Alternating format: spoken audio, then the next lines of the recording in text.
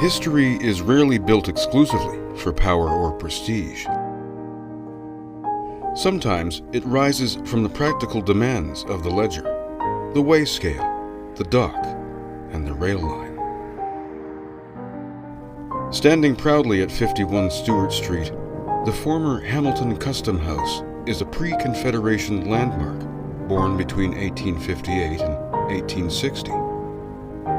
An era when steam, steel, and timber began to forge Hamilton into an industrial powerhouse.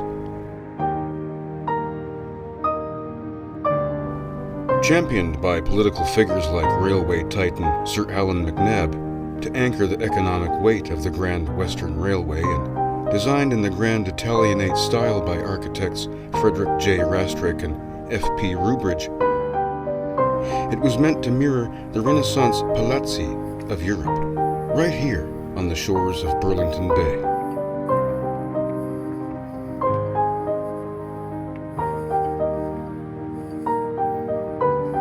But stone and mortar are only ever half the story. When the Federal Customs Department moved out, this building endured decades of flux, acting as a school, a textile mill, a macaroni factory, and a forgotten shell before facing the brink of loss. Enter the Workers' Arts and Heritage Center, WAHC. Founded by grassroots labor historians, artists, and community activists who believed that working-class history deserved a permanent home, WAHC rescued this majestic structure. In a poetic twist of history, figures like Alexander Wingfield, a customs landing waiter and labor poet who marched in Hamilton's historic 1872 nine-hour movement, once worked these halls, laying an invisible foundation for the advocacy that lives here today.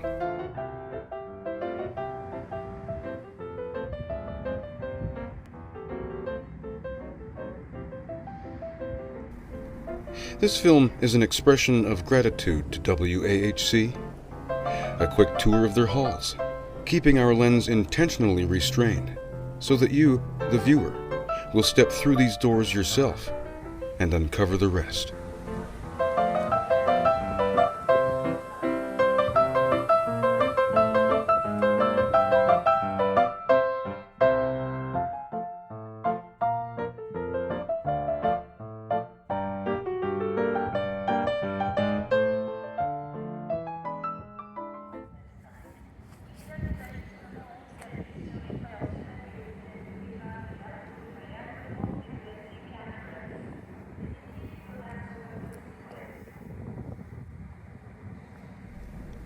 Entering the structure from Stewart Street, you step through a formal threshold that immediately slows the pulse of the modern city.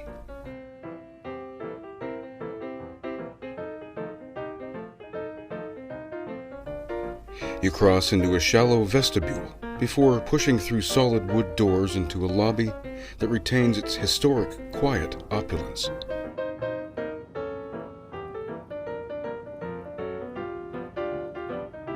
Historically, the ground floor functioned as the primary examining warehouse for evaluating incoming dutiable goods. Upstairs, ship captains and commercial merchants once gathered in the grand long room, conducting business across long counters against a backdrop of international trade. To the left of the main entrance, administrative spaces. To the right, the rise of the historic staircase. Moving straight ahead through a secondary transition brings you into the sweeping central expanse at the rear. A vast footprint designed to handle the transient parcels and bulk cargo of a bustling port city.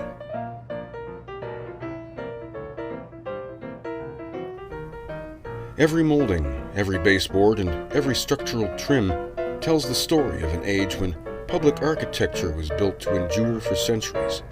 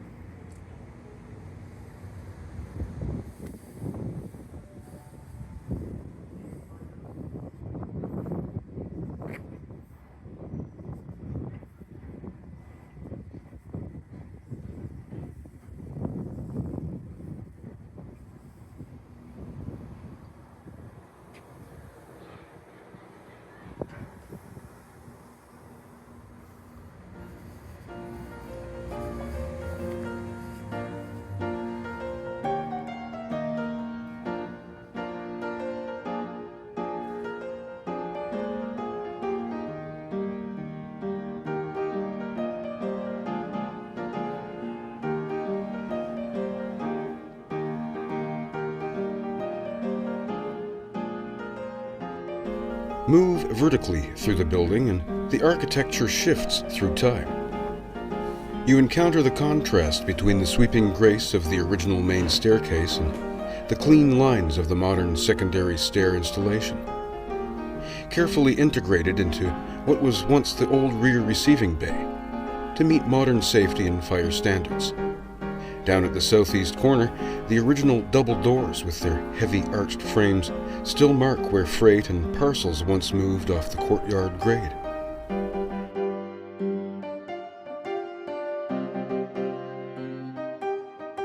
Up on the minimal public upper level, exhibit walls line the corridor in quiet reflection.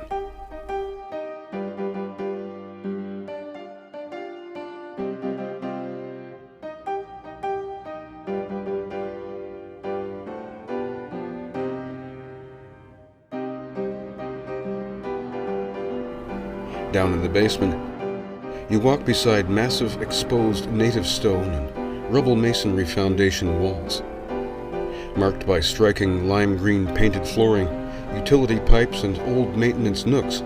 Here you feel the raw, weight-bearing bones that have kept a 19th century government building breathing through every generation of change.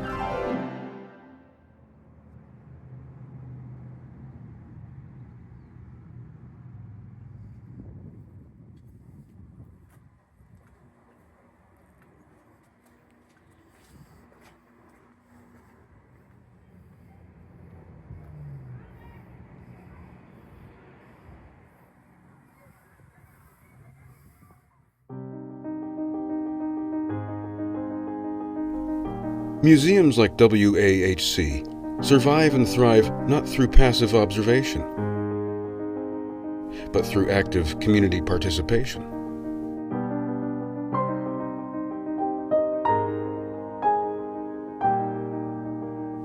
That is why our window into these exhibits has been kept intentionally brief.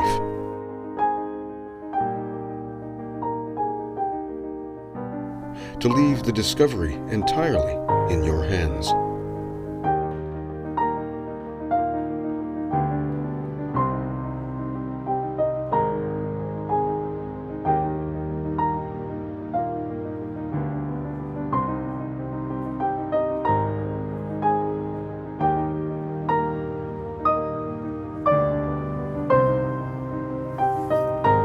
To the Workers' Arts and Heritage Center, thank you for keeping the ledger open, for preserving the hands that shaped this country, and for giving Hamilton a sanctuary where working history lives on.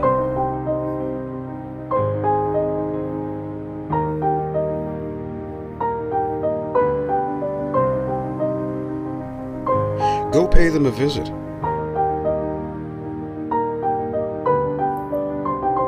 Step onto the floor. Trace the stonework yourself.